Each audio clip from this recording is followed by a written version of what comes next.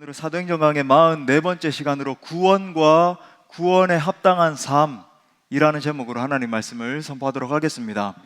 초대 문화부 장관을 지냈고 우리나라 최고의 지성으로 불리우던 이어령 교수, 여러분 다들 잘 아실 겁니다. 지독한 무신론자였던 그가 딸 미나 목사의 투병을 통해서 하나님을 알게 됐고 결국 회심해서 큰 화제가 됐죠. 그가 예수님을 주로 영접하고 처음으로 냈던 책의 제목이 바로 지성에서 영성으로, 여러분 아마 다 아실 겁니다.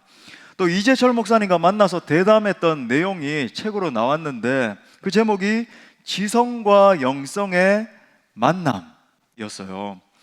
책이 나왔을 당시에 저도 이제 사서 읽어봤는데 참 도움을 많이 받았습니다. 그가 지니고 있던 이 인문학적인 어떤 깊은 소양 같은 걸 느낄 수 있었고 그것을 성경의 진리 안에서 참 체계적으로 잘 세워나가고 있구나, 아주 사력 있게 그렇게 세워나가고 있구나라고 하는 것을 발견할 수 있었습니다.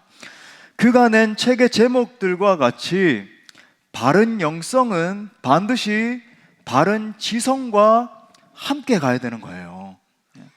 영성이 없는 지성은 능력이 없고 아주 건조한 비관주의를 낳게 마련입니다. 반대로 지성이 없는 영성은 소리만 요란하거나 가령 이 신비주의 쪽으로 이 치우친 영성에 머물 수 있는 거예요. 다시 말해 이 영성과 지성이 잘 맞물린 두 수레바퀴처럼 함께 갈 때 우리의 신앙은 균형 있는 신앙으로 성숙할 수 있습니다. 자, 오늘 보면 그 유명한 예루살렘 공의회에 대한 내용을 담고 있어요. 그 내용을 이제 여러분에게 쭉 설명드릴 텐데 조금은 복잡할 수 있습니다. 근데 우리가 강해를 하니까 그죠? 이 말씀도 우리가 상고를 하고 들어야 되겠죠. 예루살렘 공의회는 선교사적으로 또 교회론적으로 볼 때도 굉장히 중요한 의미를 지니고 있는 그런 회의였어요. 만약 예루살렘 공의회에서 지도자들이 잘못된 판단을 했다 치면 하나님의 이 선교의 역사는 굉장히 많이 방해를 받았거나 제한받았을 겁니다. 이방인인 우리가 이렇게 자유롭게 주님을 섬기고 예배하는 일은 불가능한 일이었어요. 이 공의회에서 잘못된 결론이 났다면. 하지만 성령께서 역사하셨기 때문에 지도자들이 바른 판단을 할 수 있었고 하나님의 선교가 더욱더 힘을 얻어서 진행될 수 있었던 것입니다. 자, 오늘은 이 예루살렘 공의회에서 일어난 일들을 우리가 상고해 보면서 우리의 교훈으로 삼고자 합니다. 먼저는 무엇이 공의회의 이 이슈의 쟁점이었는지 살펴보고 또 성령께서 선교 사역을 위해서 이것을 어떻게 사용하시고 역사하셨는지, 그리고는 마지막으로 우리가 배워야 될 메시지는 무엇인지에 대해서 살펴보겠습니다. 말씀을 통해서 이 시간 성령께서 우리의 지성과 영성을 균형 있는 모습으로 세워주시기를 바랍니다. 그래서 우리가 하나님의 일을 그르치는 자가 아니라 하나님 나라 사역의 전진을 위해서 효과적으로 쓰임받는 모든 주의 권속들 될 수 있기를 축복합니다. 자, 크게 두 가지를 살펴볼 텐데 이 논지 자체가 좀 딱딱할 수 있어요. 하지만 여러분이 집중해서 굉장히 중요한 핵심 메시지가 담겨 있으니까. 자, 첫 번째는 예루살렘 공의회의 이슈는 과연 무엇이었는가라는 거예요. 그걸 우리가 이제 파악해 보겠습니다. 사도 바울 일행의 제1차 선교 여행 후에 수리아 안디옥 교회가 굉장히 격양되고 고무됐습니다. 성령께서 그들을 이 선교 사역을 위해서 효과적으로 사용해 주셨다라고 하는 사실 때문에 기쁨이 넘치고 막 교회에 감격이 가득했어요. 자, 그런데 이때 이 교회에 들어온 어떤 이들이 이런 주장을 하는 겁니다. 유대인들이 먼저이다, 유대인의 전통을 따라야 구원받을 수 있다라고 가르치기 시작했고 그 결과 여러 가지 혼란들이 야기되기 시작했어요. 자, 1절 말씀해 보니까 어떤 사람들이 유대로부터 내려와서 형제들을 가르치되 너희가 모세의 법대로 할례를 받지 아니하면 능히 구원을 받지 못하리라 하니. 자, 5절에 보니까 이렇게 주장한 사람들의 정체가 나오는데 보세요. 누구래요? 바리새파 중에서 이렇게 말을 합니다. 자, 이 바리새파 중에 있는 이 유대주의자들이 일어나서 뭘 요구하기 시작했냐면 이방인 회심자들의 할례를 주장하기 시작했어요. 그리고 그것뿐만이 아니라 이방인으로서 예수님을 믿고 주님 앞에 돌아온 사람들도 모세의 율법을 지키는 것이 마땅하다라고 주장하기 시작하는 겁니다. 자, 다시 5절을 보십시오. 바리새파 중에 어떤 믿는 사람들이 일어나 말하되 이방인에게 할례를 행하고 모세의 율법을 지키라 명하는 것이 마땅하다 하니라. 즉 구원받음에 있어서 복음을 받고 믿는 것으로는 불충분하고 할례를 행하고 율법을 지켜야 구원을 받을 수 있다라고 주장하기 시작한 거예요. 자, 또 이런 자들이 잘하는 게 있는데 소위 세력을 형성하기 시작했습니다. 그죠? 항상 자기 주장이 센 사람들이 자기 세력을 쫙 형성을 해가지고 그렇게 하잖아요. 그들은 교회 안에 자신들의 주장을 강화시키기 위해서 이 유대주의자 혹은 할례파라고 불러요. 이 할례파라고 불리는 집단을 결성하기에 이릅니다. 물론 이 사람들도 이방인들을 향한 선교를 제한하거나 반대하지는 않았어요. 그런데 그들은 이방인들을 향한 선교가 반드시 유대 교회의 권위 아래에 있어야 된다라고 주장을 했습니다. 또 이방인 신자들이 예수님의 이름으로 자 돌아오는 거 좋다. 그 다음에 이제 세례 받는 것도 인정한다. 근데 그것뿐만이 아니라 뭔가가 더 더해져야 되는데 유대교 사람들처럼 할례를 받고 율법을 행하는 그 의무에도 반드시 복종해야 된다. 이렇게 이제 주장을 하는 겁니다.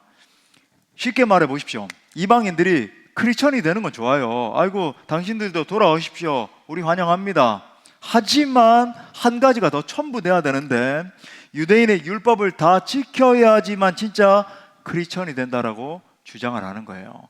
여러분 이단이 끝단자를 쓰는 건 아닙니까? 그죠? 많은 교리들이 비슷한 것 같은데 끝이 다른 거예요. 뭔가가 다른 겁니다. 그러니까 이단이 되는 거예요. 우리가 항상 주의를 기울이고 그죠? 정통 신학 가운데 바로 서기 위해서 몸부림쳐야 되는 이유가 바로 이런 거예요. 자, 그래서 이제 오늘 우리가 살펴보고 있는 이 예루살렘 공의회가 촉발됐습니다. 자, 2절에 보니까 바울 및 바나바와 그들 사이에 적지 아니한 다툼과 변론이 일어난지라 형제들이 이 문제에 대하여 바울과 바나바와 및 그 중에 몇 사람을 예루살렘에 있는 사도와 장로들에게 보내기로 작정하니라. 실제로 여러분 이 문제는 굉장히 중요한 문제였습니다. 왜냐하면 보십시오.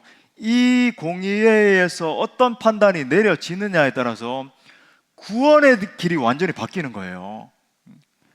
예수 그리스도께서 말씀하신 그 구원의 길, 그리고 또 뭔가를 첨부해야 된다라고 하는 그 구원의 길, 이 갈림길에서 구원의 길이 완전히 뒤집힐 수 있는 그런 회의였다라고 하는 겁니다. 자, 사도 바울이 이 문제를 굉장히 중요하게 인식을 했기 때문에 매우 예민하게 반응하는 것을 우리가 볼 수 있습니다. 오늘 우리 보진 않았지만 갈라디아서가 바로 이 예루살렘 공의회 전과 후쯤에 쓰였다라고 보는 견해가 많거든요. 여러분 갈라디아서는 사도 바울이 쓴 13개의 편지 중에서 가장 최초로 쓰인 편지입니다. 물론 어떤 사람들은 데살로니가 후서가 가장 먼저 쓰였다 이렇게 주장하는 학자들이 있지만 대부분의 학자들은 우리 복음주의권 안에 있는 우리 개혁주의는 마찬가지죠. 우리 갈라디아서가 가장 최초로 쓰였다 이렇게 보는 사람들이 가장 많아요. 자, 근데 이 갈라디아 2장에 보면 지금 일어나고 있는 예루살렘 공의회에 대한 뒷이야기가 언급이 됩니다. 자, 사도 바울이 이제 안디옥에 도착을 하기 전에 수리아 안디옥을 의미하죠. 비시디아 안디옥이 아니라 안디옥 교회, 선교를 파송한 그 안디옥 교회에 도착하기 전에 베드로가 안디옥에 와가지고 이방인 신자들과 함께 앉아서 음식을 나누고 교제를 하고 있었어요. 베드로는 이미 로마 사람, 그러니까 이방인이죠. 로마 사람 고넬료와 그의 가족들이 예수님을 주로 영접하고 세례 받을 뿐만 아니라 성령 세례 받은 그 사건을 기억을 하고 있었기 때문에 당연히 안디옥에 있던 이방인 신자들과 자연스럽게 앉아서 교제를 하고 있었습니다. 자, 그런데 이 유대주의자들 중에서 할례파가 갑자기 그 현장을 들이닥쳐가지고 당시 그런 일이 일어난 거예요. 막 들이닥쳐가지고 베드로를 보고 막 강력하게 항의를 하는 겁니다. 당신은 이 자리를 떠나서 물러가라. 어떻게 유대인 교회 지도자인 당신이 이방인과 함께 있으면서 같이 그렇게 먹을 수 있느냐라고 주장을 했어요.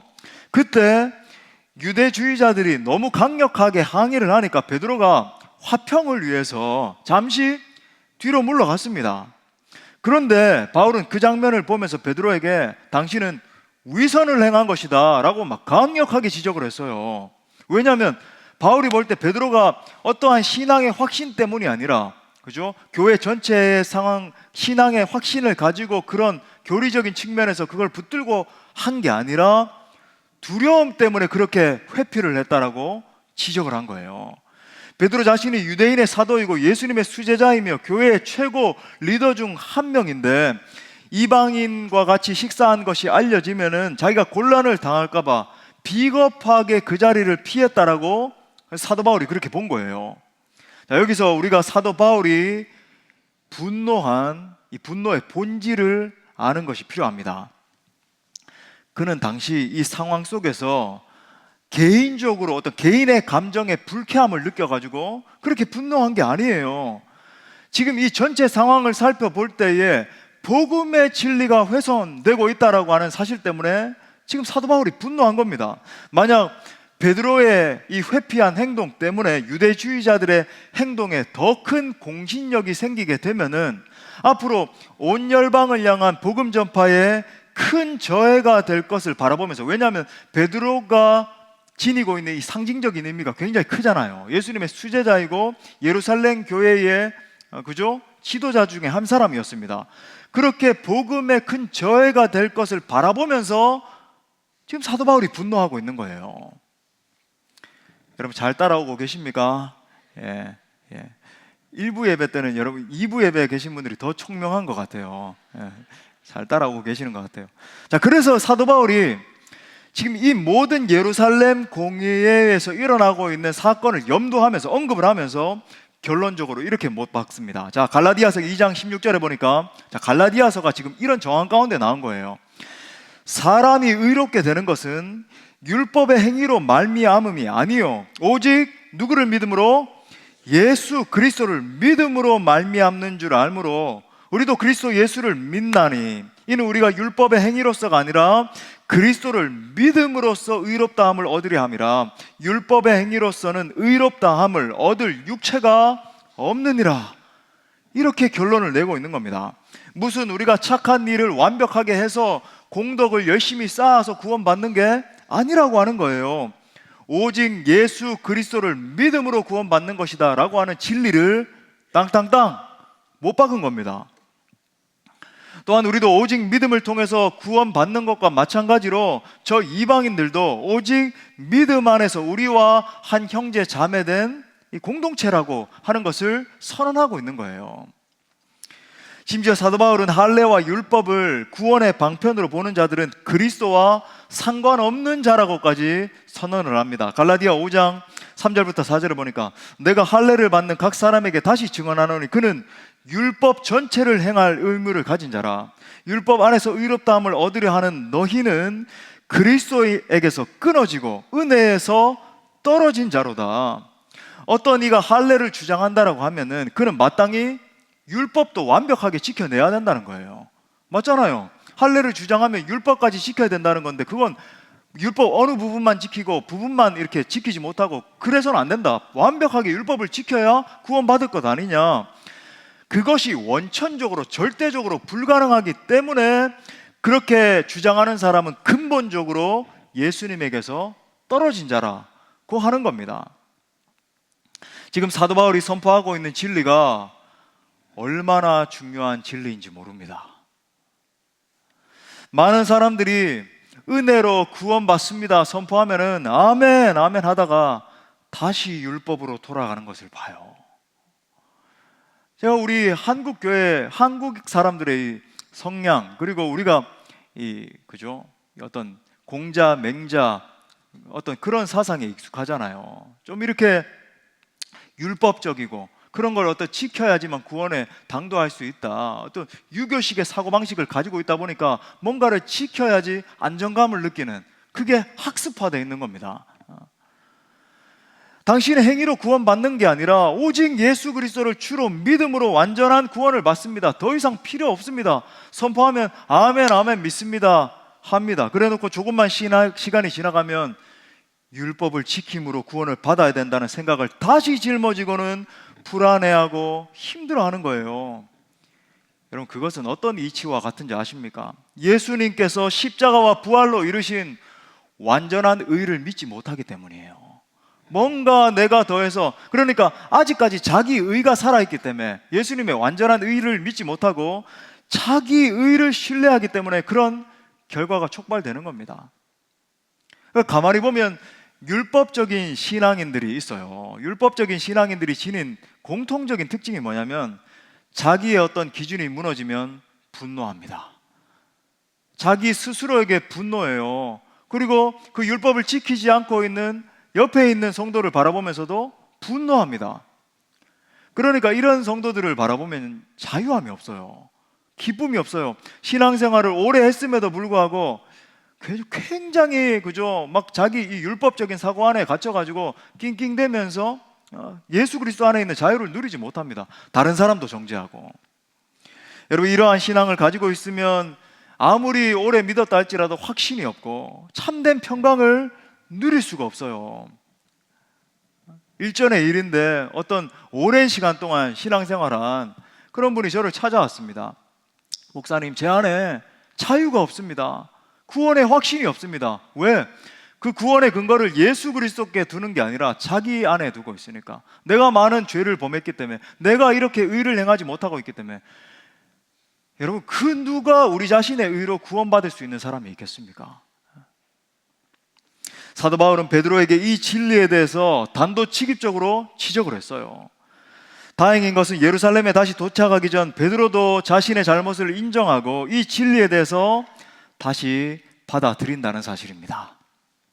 자, 우리가 이 첫 번째 포인트를 지나가기 전에 여기에서 제기되는 이 문제에 대해서 몇 가지 질문을 통해서 우리가 깨달을 수 있습니다. 제가 세 가지 질문을 여러분에게 던져보겠어요. 죄인의 구원은 오직 이 십자가에 못 박히신 예수 그리스도를 믿음으로 순전한 하나님의 은혜를 받음으로 임하는 것인가? 아니면 부분적으로는, 오케이, 하나님의 은혜도 받아야 됩니다. 하지만 부분적으로는 우리 자신의 선행과 종교적인 공적이 더해져야 임하는 것인가?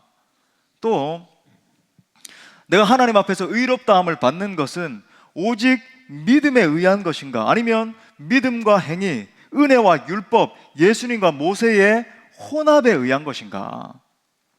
세 번째로, 이방인 신자들은 유대교의 한 종파인가? 아니면 여러 민족으로 이루어진 영적 가족의 친정한 일원인가? 이 문제를 해결하기 위해서 예루살렘 교회와 안디옥 교회 지도자들이 한자리에 모였고 그것을 논의하기 시작했습니다. 깊이. 감사한 것은 성령께서 그 자리에 함께 계셨다는 거예요.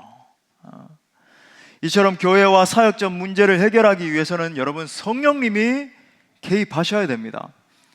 인간적으로 생각해서 결정하고 인간의 지혜가 앞서는 사역은 결국은 반드시 무너지게 돼 있어요. 오히려 하나님의 일을 더 방해하고 그르치는 결과를 초래하고 마는 겁니다. 이 초대 교회에도 성령께서 강하게 개입하셨기 때문에 이방인들을 향한 하나님의 구원 계획이 계속 힘있게 전진할 수 있었던 것입니다. 먼저 저는 우리 교회의 사역과 모든 결정 가운데 성령께서 개입하시고 성령께서 주도하시고 성령의 뜻만이 펼쳐질 수 있기를 간절히 기도합니다. 여러분, 잘 따라오고 계십니까? 예. 이게 이제 예루살렘 공의회의 주된 이슈였어요. 쟁점이었습니다. 자, 두 번째, 베드로의 발언과 야고보의 결론입니다. 자, 예루살렘 공의회에 베드로가 기여한 것이 있는데 회의에 모인 사람들에게 자기가 직접적으로 경험한 고넬료의 사건을 이야기한 거예요. 자, 지금 이 예루살렘 공의회와 이 고넬 사건은 이제 장으로 보면은 5장밖에 차이가 나지 않지만 약 한 10년 정도 지난 시점에 일어난 일이거든요, 이 공의회가. 자, 이 10년 전쯤으로 돌아가서 이제 강해한 지 얼마 안 됐으니까 여러분 다 기억합니다, 그죠? 성령께서 자신을 이방인인 고넬료의 가정에 보냈고 복음을 선포하게 하셨습니다. 그때 그죠? 이들이 예수님을 믿고 세례받는 일이 일어났고 거기에서만 머무는 게 아니라 동시에 성령 세례가 임함으로 말미암아 엄청난 그 가정에 막 부흥의 역사가 임했어요. 그 모든 사역을 설명을 하면서 이 엄청난 구원의 사역이 오직 하나님의 주도적인 역사로부터 비롯됐다라고 하는 것을 설명을 합니다. 자, 7절에 보니까 많은 변론이 있은 후에, 자, 여기서 많은 변론이 있은 후에 하는 걸 봐서 여러분, 많은 우리 안에 변론이 있는 건 하나님 앞에 별로 그저 유익하지 않다는 거예요. 하나님이 주목하시는 건 그죠? 그 다음에 상세하게 적혀 있는 겁니다. 베드로가 일어나 말하되 형제들아 너희도 알거니와 하나님이 이방인들로 내 입에서 복음의 말씀을 들어 믿게 하시려고 오래전부터 너희 가운데서 나를 택하셨다, 이렇게 이야기를 하는 겁니다. 그리고 유대인들에게 역사하신 것과 동일하게 이방인들에게도 성령을 주셨다. 그게 내가 바로 경험한 것이다. 8절에 보세요. 또 마음을 아시는 하나님이 우리에게와 같이 그들에게도 성령을 주어 증언하셨다.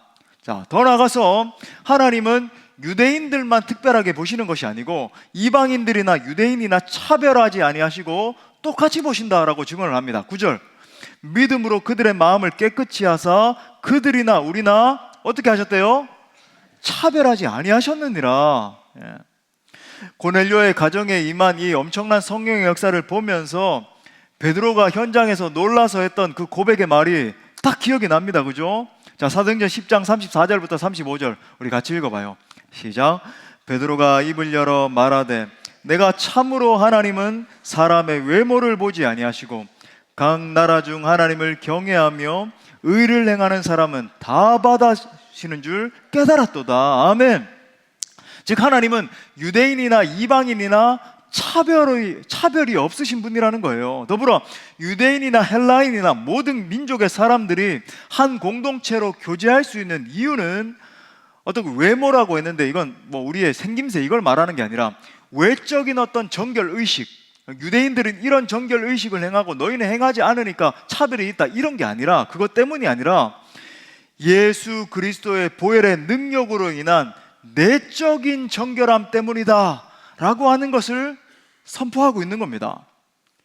그러면서 바울과 바나바 및 모든 예루살렘 교회의 지도자들이 보고 있는 가운데 베드로가 이 모든 사안에 대한 결론을 이렇게 못 박아요. 자, 10절과 11절에 보니까 그런데 지금 너희가 어찌하여 하나님을 시험하여 우리 조상과 우리도 능히 매지 못하던 멍에를, 그랬는데 요 앞에다가 율법에 라고 좀 적어 놓으십시오.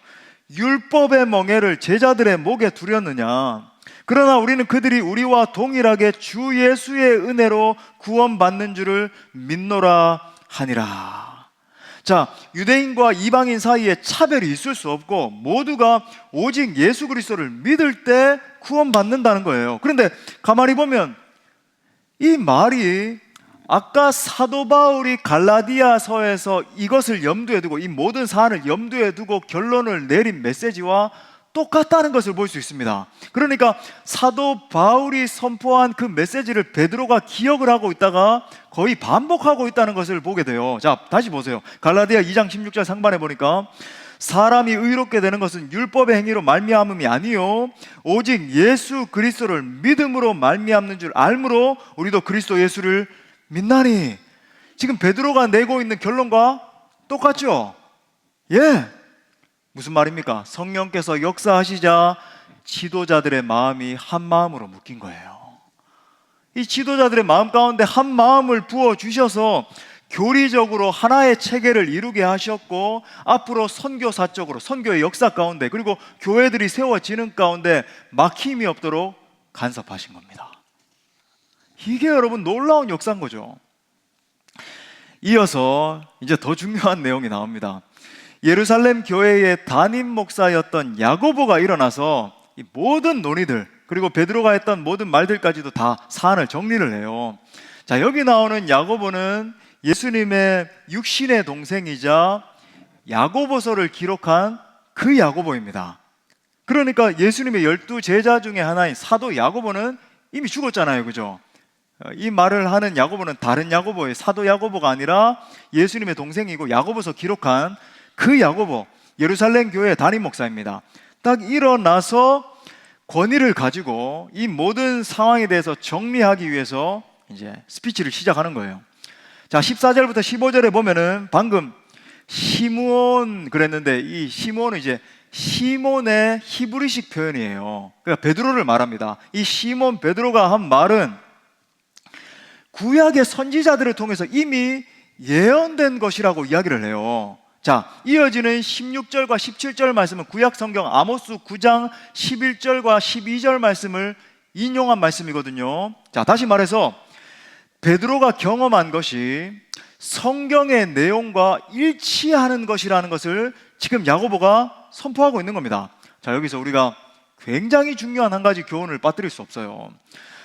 우리가 어떠한 신앙적인 결론을 내리거나 하나님의 인도를 받을 때 흔들리지 않는 기준을 세우는 게 너무나 중요합니다. 자, 무슨 말인가?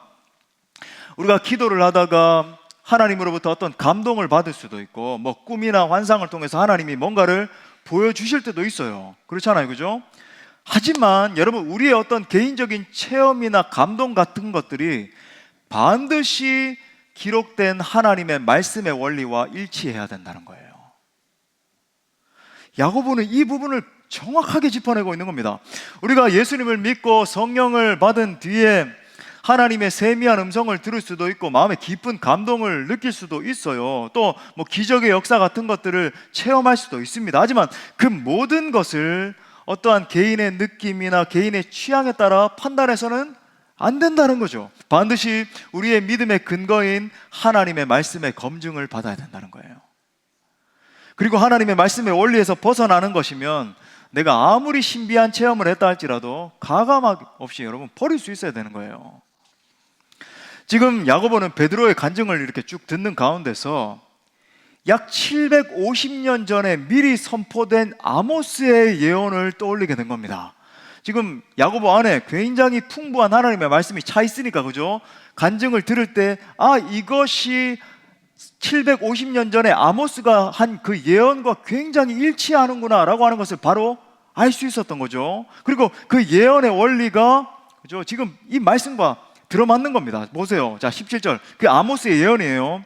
이는 그 남은 사람들과, 그러니까 remnant of God, 하나님의 남은 자들을 이야기하는 거거든요.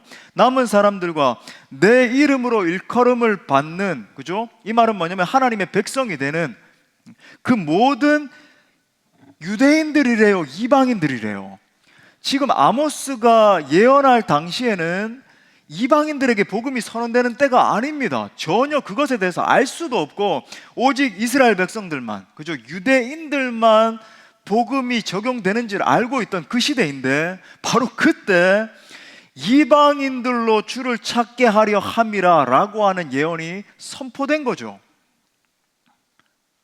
이처럼 성령님은 하나님의 말씀을 통해서 역사하시고 하나님의 말씀을 통해서 검증하게 하시고 하나님의 말씀을 지금 오늘 역사처럼 하나님의 때에 성취하는 분이십니다. 자, 그렇다면 이 모든 사안에 대해서 이게 성령 하나님의 영감을 받아서 말씀과 합치되는 것을 확인하고, 그래서 야고보가 이제 선포하고 결론 내는 게 뭔가, 그 내용이 바로 19절부터 21절까지 이어지고, 오늘 우리가 읽진 않았지만 이제 22절부터 29절까지 그게 이제 편지로서 모든 교회들이 이제 선포되는 내용이에요. 그게 이제 반복돼서 나오는 겁니다. 자, 19절부터 21절 다시 보시면, 그러므로 내 의견에는 이방인 중에서 하나님께로 돌아오는 자들을 괴롭게 하지 말고 다만 우상의 더러운 것과 음행과 목매어 죽인 것과 피를 멀리하라고 편지하는 것이 옳으니, 이는 예로부터 각성에서 모세를 전하는 자가 있어 안식일마다 회당에서 그 글을 읽음이라 하더라. 자, 저를 보십시오. 여기서 이제 내 의견에는 하니까 단지 야고보의 의견 정도로만 생각을 할 수 있는데 그런 말이 아니에요. 헬라어 원어상으로 보면은 단순 개인의 의견을 말하는 게 아니라 의장으로서, 예루살렘 교회의 담임 목사로서 권위를 가지고 강력하게 선포하는 의미의 지금 표현을 쓰고 있는 겁니다.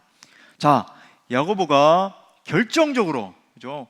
이렇게 복음의 판도가 완전히 규정돼 버리는 두 가지를 선포해요. 이게 오늘 말씀의 이제 결론입니다. 자, 첫 번째는 예수 그리스도로 말미암아 구원받고 성령 받은 이방인들에게 유대인의 전통, 즉 율법의 규례나 할례를 강요하지 말라는 거예요. 자, 다시 예수 그리스도로 말미암아 구원받고 성령 받은 이방인들에게 유대인의 전통, 즉 율법의 규례나 할례를 강요하지 말라는 거예요. 자, 아까 베드로가 말한 식으로 이제 설명을 하자면 이것은 하나님을 시험하는 일이라는 겁니다. 우리 조상과 우리도 능히 매지 못했던 이 율법의 명예를 갖다가 우리도 실패했는데 어떻게 이방인들 믿는 사람들에게 그걸 멍에를 갖다가 매려 그러느냐, 지금 이 말하고 있는 거예요. 말이 되느냐, 지금 이 말을 하고 있는 겁니다. 사랑하는 성도 여러분, 우리가 소위 은혜 받았다, 믿음 생활 잘한다는 것이 여러분 무슨 의미입니까? 어떤 걸 의미해요? 내가 원하는 방식이 이루어지고 내 옛 편견을 갖다가 다른 사람들에게 강요하는 것입니까? 아니잖아요. 오히려 내게 믿음이 임했다, 예수 그리스도의 사랑이 임했다, 내가 정말 그 자비를 깨달은 자다라고 하는 게 뭐예요? 나의 옛 편견과 나의 고집이 깨어지는 사건을 말하는 겁니다. 십자가 앞에서 내 자아가 무너지는 것이 진정으로 내 믿음이 성숙하는 거예요. 예전에는 내 주장하기 좋아했어요. 내 생각에는 이렇게 돼야 됩니다, 저렇게 돼야 됩니다. 근데 내가 예수 그리스도의 십자가 복음을 깨닫고 나니까 내 생각과 내 주장이 틀렸구나, 내가 정말 오류를 범할 수 있고 너무나 이렇게 부족한 사람이구나 깨닫게 되고, 그 다음에 뭘 깨달아요?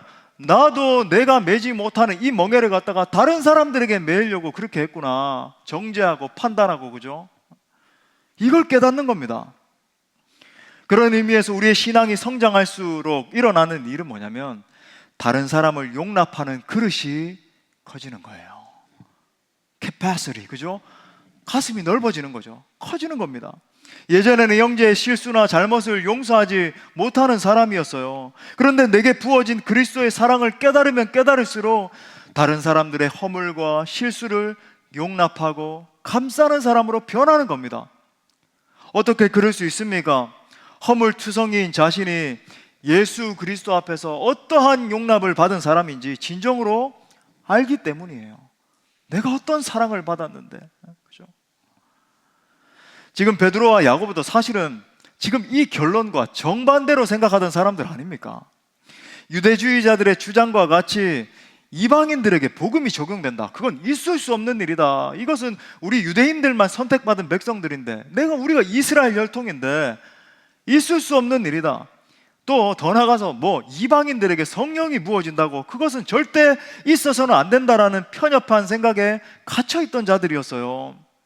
하지만 자기들의 생각을 뛰어넘는 하나님의 원대한 계획을 깨닫게 됐을 때 무너지는 거예요. 즉시 회개하고 자기들의 생각을 바꿨습니다. 소위 패러다임 시프트가 일어난 거죠. 아집과 고집이 깨어지고 하나님의 지경에까지 생각이 확장되는 역사가 일어나게 된 것입니다. 다시 한번 우리가 기억해야 되는 것은 무엇입니까? 복음이 여러분 율법화되고 도덕화되면 자유함이 사라집니다. 기쁨이 사라져요. 감격이 사라져요. 생명력이 있고, 그죠? 능력이 있어서 이 복음이 막 나를 통해서 흘러 넘치고, 이런 게 다 사라집니다. 성도 여러분, 우리가 아이들을 교육할 때도 마찬가지예요. 계속 아이들에게 예수 그리스도의 놀라운 복음을 가르치고 이 복음의 원리를 가르치고 하는 게 아니라 율법적인 신앙을 강요하게 되면 어떤 일이 발생하는지 아십니까? 이 아이들이 어느 순간에 내가 정말로 잘못했군요 깨달으면서 회개하고 돌이킬까요? 정반대의 일이 일어나기 시작합니다. 여러분, 하나님을 떠나가게 돼요. 그런 아이들은 하나님을 떠나가게 돼요. 어릴 때 잘 믿던 아이들도, 교회 잘 다니던 아이들도 나중에는 이 기독교에 대해서, 율법적인 기독교에 대해서 회의를 느끼고 떠나가게 됩니다. 왜 그런지 아십니까? 하나님의 이 폭포수와 같은 사랑을 받으면서 성장해야 되는 이 아이들이, 자녀들이 종교와 율법이라고 하는 틀 안에서 질려버리는 거예요. 이 규율을 지켜내는 것이, 여러분 사도 바울이 그것 때문에 여러분 오호라 나는 곤고한 사람이로다 외쳤잖아요. 여기서는 답이 없다, 내가 이 사망의 몸에서 누가 나를 건져내라. 여러분, 이게 아이들도 직감하는 거예요. 질려버리는 겁니다. 여긴 소망이 없다. 하나님의 사랑과 은혜와 풍성한 용서가 그 아이들 안에 심겨져야 되는데 하나님을 생각할 때 무섭고 이 규율을 지키지 않으면 나를 막 심판하는, 떨리는 그런 하나님의 이미지만 남게 되는 거예요. 그러니까 여러분, 이스라엘 백성들이 실패했던 것처럼 우리도 실패하고 아이들도 실패하고 그렇게 되는 거예요. 그러므로 사랑하는 성도 여러분, 우리가 붙들 것은 오직 예수 그리스도의 십자가와 부활의 복음밖에 없는 줄 믿습니다. 복음이 나를 관통할 때 날 자유케 하는 거예요. 복음이 있을 때 능력이 터져나오고, 복음이 선포될 때, 그죠? 이 병든 영혼들이 치유 안 받는 역사가 일어나는 거예요. 복음이 능력이다, 복음이. 자, 야고보가 내린 두 번째 결론이 뭐예요? 두 번째 결론. 율법을 행함으로 구원받는 것은 아니지만, 자, 여기 이제 잘 들어야 되죠. 구원받는 것은 아니지만, 진정으로 구원받은 사람에게는 구원받은 사람으로서의 아름다운 삶이 회복된다는 거예요. 자, 진정으로 구원받은 사람에게는 구원받은 사람으로서의 아름다운 삶이 회복된다는 겁니다. 자, 그것을 가르쳐서 20절에서는 우상의 더러운 것, 음행, 목매어 죽인 것, 피를 멀리 하라라고 이야기를 하는 거예요. 요 네 개만 그만 버리면 됩니까? 그게 아니라 당시에 굉장히 쟁점화됐던 게 요 네 가지 사항이기 때문에 요 네 가지만 언급한 것이지, 정말로 복음의 원리를 깨닫고 복음이 내게 임한 사람은 하나님의 법을 즐거운 마음으로 지켜내게 된다는 거죠. 예?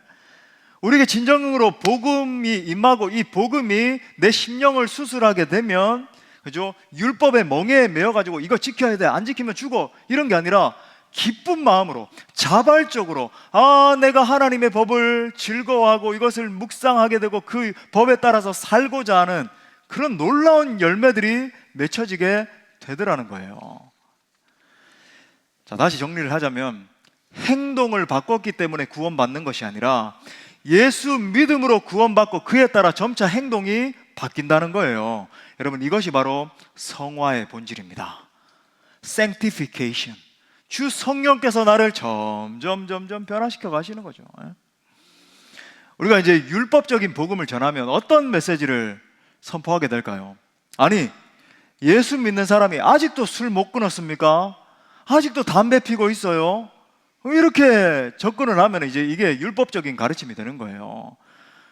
그렇다고 해서 할렐루야, 목사님이 오늘 저렇게 선포하시니까 술 좀 하고 담배도 너무 기뻐하시지 그렇게 되면 안 되는 거죠, 그죠? 그러면 복음이 뭐예요? 복음의 메시지는 내가 예수 그리스도를 믿고 구원을 받고 보니까 성도로서의 아름다운 삶이 무엇인지 보이기 시작하는 거예요. 주님이 날 살리시기 위해서 저 십자가에서 물과 피를 쏟으셨는데, 내게 생명을 주셨는데, 나는 그 은혜에 어떻게 보답하며 살아갈 것 생각을 하니까 예전의 삶을 살 수가 없는 거예요. 아름다운 삶, 거룩한 삶을 살기 위해서 막 몸부림치고 점점 내 전 존재가 변하는 것을 경험하기 시작하는 겁니다. 이것이 바로 산상수훈의 원리예요. 제가 종종 가르쳐 드리지만, 여러분이 만약에 마태복음 5장부터 7장에 나오는 산상수훈을 읽고 이것을 율법적으로 접근하면 어떤 일이 발생할까요? 그 내용에 압도됩니다. 압도돼요. 우리 중 누구도 율법적으로 접근해서 산상수훈의 가르침을 다 지킬 수 있는 사람은 아무도 없습니다. 여러분 집에 가셔서 한번 읽어보세요. 나는 지킬 수 있습니다 하면 손 들어보세요. 아무도 없어요. 누구도 못 지켜요. 그걸 누가 지킵니까? 하지만 복음이면 가능한 것입니다. 복음이면 가능해요. 산상수훈의 가르침의 본질이 뭐예요? 진정으로 복음을 만난 사람, 진정으로 하나님 나라 백성이 된 사람이 살아가는 삶에 대한 서술이잖아요. 이걸 율법적으로 접근하게 되면은 마치 이스라엘 백성들이 그랬던 것처럼 반드시 실패하고 절망하고 포기할 수밖에 없습니다. 아, 내가 하나님의 의에 도달할 수 없구나. 내가 예수 그리스도께서 말씀하신 것을 지킬 수가 없구나. 이거 원천적으로 불가능한 일이구나라는 것을 여러분이 맞닥뜨리게 되실 거예요. 하지만 여러분, 은혜의 복음을 지닌 자는 어떤 일이 일어나요? 복음이 관통된 자는, 그죠? 자신에게 임한 이 엄청난 은혜를 의식하면서 마땅히 하나님 나라 백성의 삶을 살기 시작하는 거죠. 물론 완벽할 수는 없습니다. 이 땅에 살아가는 동안 완벽하지 못하지만, 쓰러지고 넘어질 때가 있지만, 다시 또 일어나고 다시 또 일어나서 내게 생명 주신 그 예수님을 위해서 거룩한 삶을 살아내야지. 정말 어떠한 그죠? 율법을 내가 이렇게 행해야지, 이렇게 종교적으로 살아야지, 그게 아니라 기쁜 마음으로, 자발적인 마음으로 하나님 나라의 삶을 살고자 몸부림치는 인생으로 변화된다는 거예요. 거지로 살 때는 거지 문화가 있잖아요. 그렇죠? 하지만 왕자가 됐을 때는 왕자의 생활이 있는 겁니다. 도둑으로 살 때는 도둑의 문화가 있고, 사기꾼으로 살 때는 사기꾼의 문화대로 살고, 깡패로 살 때는 깡패 문화 안에 복속되어 있는 거죠. 그런데 이제 예수님을 믿고 보니까 더 이상 그렇게 옛삶을 살 수가 없는 거예요. 그래서 내가 하나님의 자녀답게, 천국 백성답게, 예수 믿는 사람답게, 크리스천답게 살아가는 사람으로 변화되는 것입니다. 그래서 여러분, 지금 교회 앞에서 일어나서 증거하고 있는 이 야고보, 그죠? 이 야고보가 쓴 야고보서의 내용이 뭐예요? 지금 야고보가 고백하고 있는 그 내용 그대로 아닙니까? 진정으로 복음으로 변화된 사람은 그 복음의 원리에 따라 살게 된다는 거예요.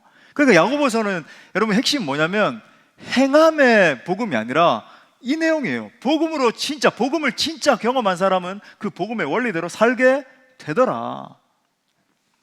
자, 다시 정리해 보면 오늘 야고보의 결론적인 메시지가 두 가지로 이제 집약될 수 있죠. 자, 첫 번째, 행함으로 구원받는 것이 아니라 예수 그리스도를 믿음으로 구원받는다. 자, 두 번째, 예수 믿고 구원받았으면 구원받은 사람답게 살아야 한다. 이게 결론이에요.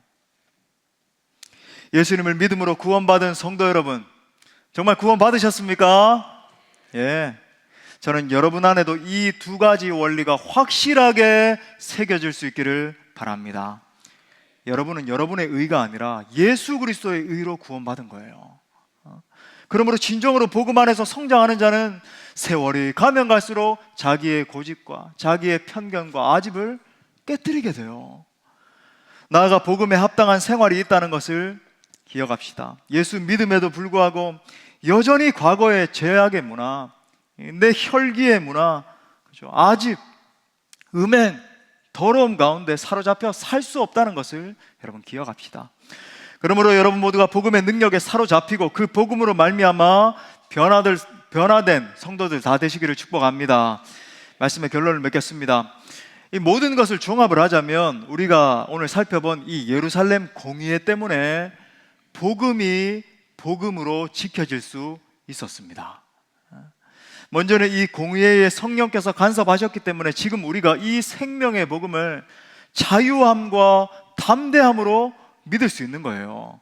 만약에 이게 잘못됐다면 여러분, 우리 다 할례 받아야 되고 우리 전부 다 율법 완벽하게 지켜야 구원받을 수 있다. 이 놀라운 복음, 자유함의 복음, 기쁨의 복음은 없어요. 더 이상. 얼마나 놀라워요. 또한 우리도 이 놀라운 복음을, 아직도 복음을 알지 못하는 수많은 이 이방인들 가운데, 우리도 이방인이잖아요, 그죠? 또한 알지 못하는 그 이방인들 가운데 마음껏 전할 수 있게 된 거예요. 오늘 말씀에 비추어서 우리가 적용점으로 세 가지 사항을 점검해 봅시다. 첫 번째는 나는 정말 이 복음의 능력으로 변화된 존재인지 스스로의 영혼을 점검해 보십시오. 또한 내 스스로도 질 수 없는 율법의 멍에를 가지고 다른 사람을 정죄하고 판단하고 있지 않은지 여러분 점검해 봅시다. 두 번째로 나는 과연 복음에 합당한 삶을 살기 위해서 애를 쓰고 있는지 점검해 봅시다. 혹시 복음 안에 있다고 착각하면서 여전히 옛사람의 본성, 내 아집, 내 혈기, 내 욕심 따라 살고 있지는 않은지 점검합시다. 세 번째로 이방인인 우리들에게 이 놀라운 복음의 자유가 주어졌다면 우리가 이 놀라운 복음을 내 이웃과 더 나아가 온 열방에 전합시다. 말로만이 아니라 그 누군가가 하겠지가 아니라 바로 내가 그 생명의 복음을 전해야 되는 거예요. 아멘이십니까? 우리 부활주일 지나고 나면 우리 온 공동체가 이제 행복한 사람들의 축제 이제 시작하게 될 겁니다. 2달 넘는 시간 동안 기도하면서, 그죠? 지금 또 준비도 많이 했는데 여러분들이 온 마음을 다해야 돼요. 적극적으로 동참할 수 있기를 바랍니다. 아무쪼록 이 놀라운 생명의 복음, 자유의 복음, 기쁨의 복음을 지닌 자로서 끝까지 복음 위에 살 수 있는 사랑하는 모든 주의 권속들 될 수 있기를 간절히 축원합니다. 말씀을 주신 하나님께 영광의 박수 올려드리겠습니다. 다 같이 자리에서 일어나셔서 함께 찬양하고 기도합시다.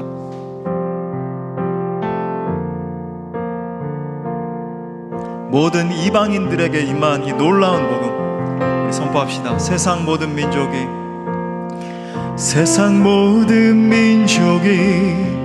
구원을 얻기까지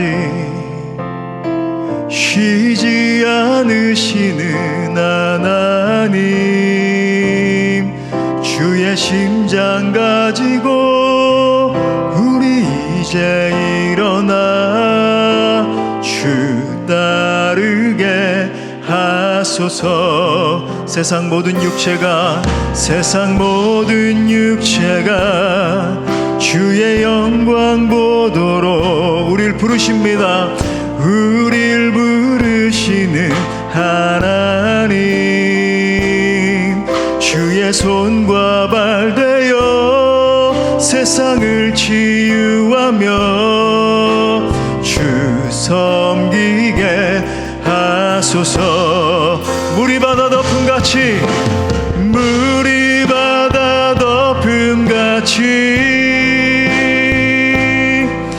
여호와의 영광을 인정하는 것이 온 세상 가득하리라. 물이 바다 덮음같이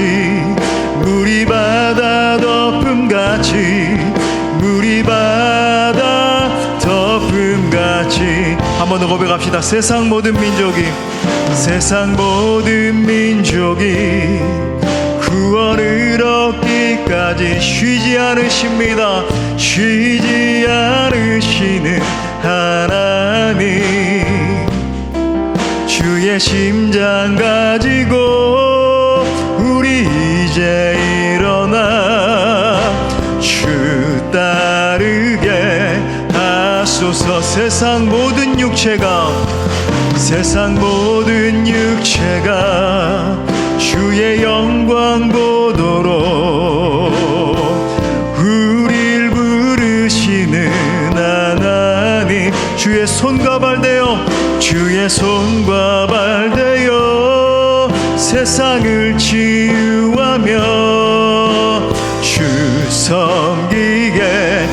우리 믿음으로 완상을 바라보며 선포합시다. 물이 바다 덮음같이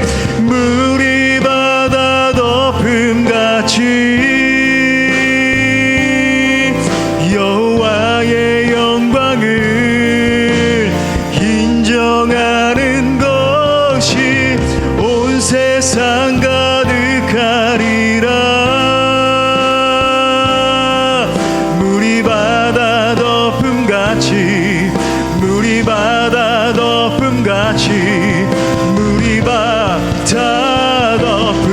우리 두 손 높이 들고 선포하며 보리라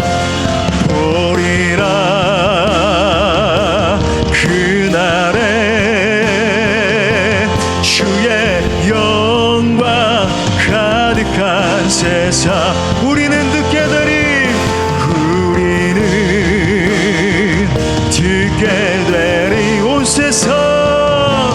온 세상 가득한 승리의 함성.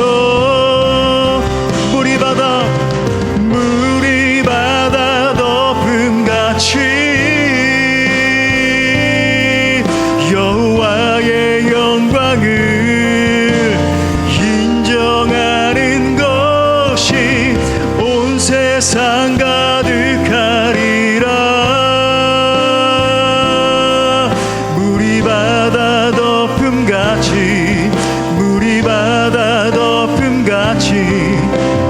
바다 덮음같이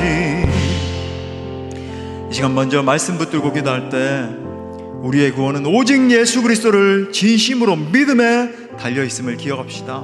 또한 구원받은 성도는 그 구원에 합당한 삶을 살아야 함을 여러분 이 시간 고백하기를 원해요.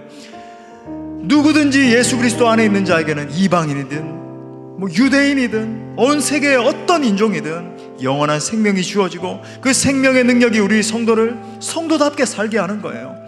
함께 기도할 때 먼저는 그 복음의 능력에 합당하게 살게 해달라고 기도합시다.